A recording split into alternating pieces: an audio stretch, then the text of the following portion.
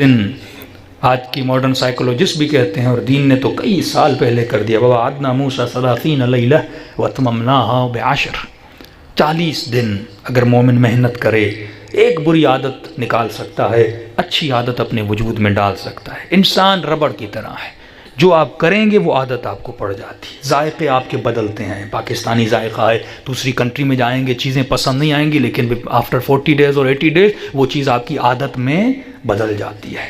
تو عادت بنائیے، جتنا ریپیٹ کریں گے، تکرار عمل جو ہے آپ کے وجود میں پروردگار عالم کی محبت بھی ڈالتا ہے، عادت بھی ڈالتا ہے۔ 40 دن کسی کام کو کریے، اس کے بعد دیکھیے آپ کے وجود میں نور کتنا آتا ہے۔ اور بہترین صفت اللہ کے حضور میں رہنے کے لیے زبان کو ذکر خدا میں مشغول کرنا ہے۔ آج کل چائنا کی تسبیح آ گئیں، دوسری تسبیحیں، یہ تسبیح اس لیے ہے کیونکہ اس کو دیکھ کر کوئی چیز یاد آتی ہے۔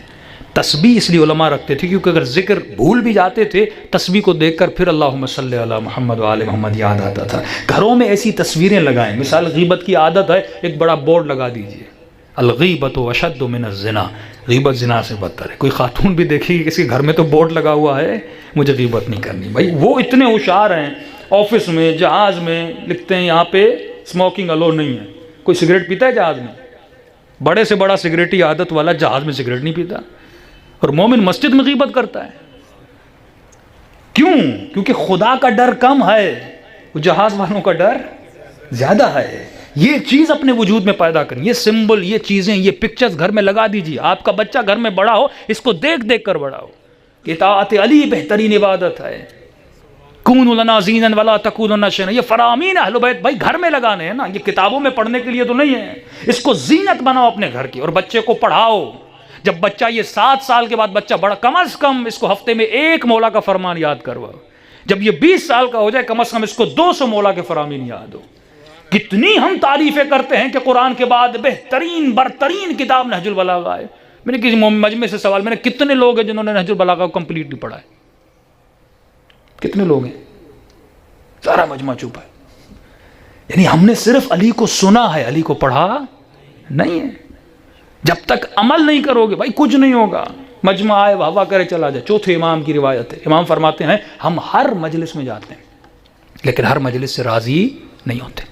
کہ مولا کس مجلس سے راضی ہوتی؟ کہ فرمایا جس میں مومن آئے، رات کو گھر جائے، جب سونے لگے نا تو یہ سوچے اس مجلس سے میرے وجود میں تبدیلی کون سی آئے، میں نے اچیو کیا کیا۔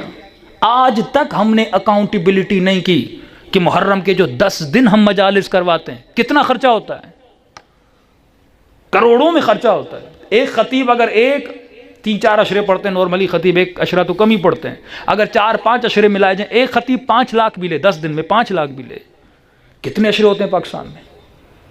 1000 اشرے کر لو، 50 کروڑ بن جاتے ہیں کہ نہیں بنتے ہیں؟ تو سوال یہ ہے، میں نے ایک یونیورسٹی بنائی ہے، اس پہ میں نے 50 کروڑ خرچہ کیا ہے، اور ہر سال کر رہا ہوں، صرف 10 دن میں 50 کروڑ ایک یونیورسٹی پہ خرچہ کر رہا ہوں۔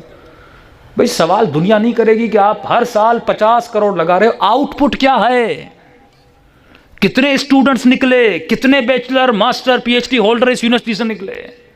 کوئی دنیا کا ایسا ادارہ ہے ہی نہیں کہ جس سے آؤٹ پٹ نہ مانگا جائے۔ سوال یہ اتنی مجلسیں، اتنا ہم خرچہ کرتے ہیں، آؤٹ پٹ کیا ہے؟ اگر ہم ان مجلسوں سے ہور نہ بنائیں، اگر ان مجلسوں سے ہم عباس کے کردار جیسے جوان نہ بنائیں، اگر ان مجلسوں سے ہم جناب قاسم جیسے جوان پیدا نہ کریں، خاتون مجلس میں آئے لیکن سر پہ چادر نہ ہو، کیا فائدہ اس مجلس کا؟